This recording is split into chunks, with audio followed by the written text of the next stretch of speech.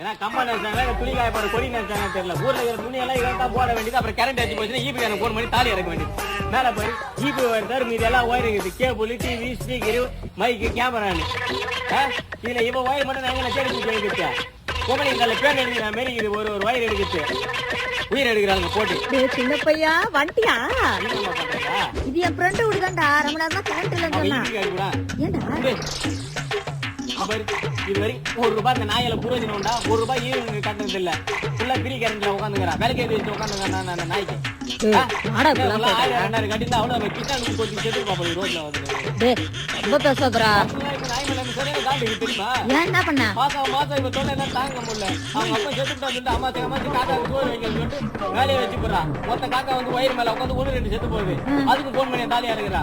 Wire மேல காக்கா செத்து போச்சு வந்து எடு நீங்க என்ன பார்த்தா அமரர் ஊத்தி வாடுற மாதிரி அவளுங்களுக்கு. ஐயே ஈபி காரன்